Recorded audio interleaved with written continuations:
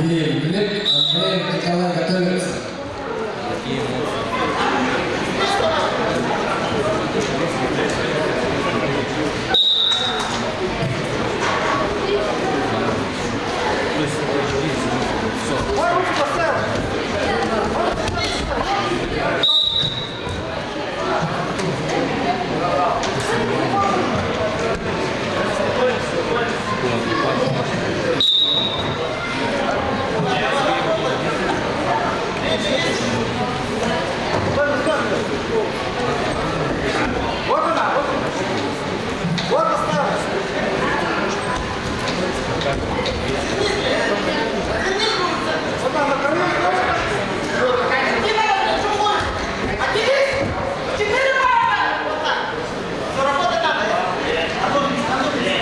Встретились.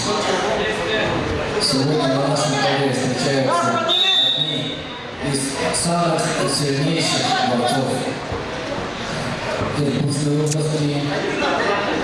К нам приехали гости из Республики Бурятия, а также Кемеровская область. Кемеровская область представляет сразу призер и два победителя первенства Судейского федерального округа 2022 года.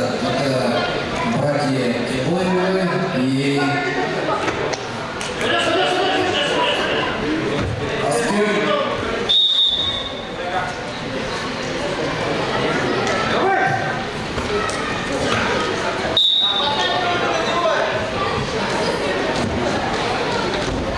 Аскеров Камал.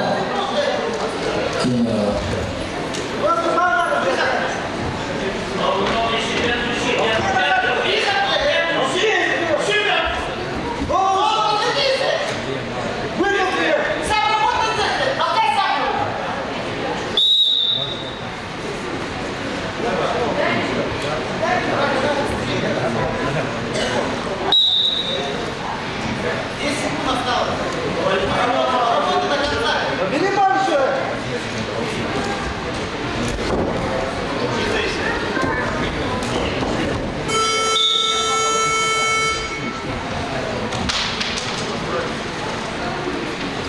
В этой случае выиграл Федорик Андрей.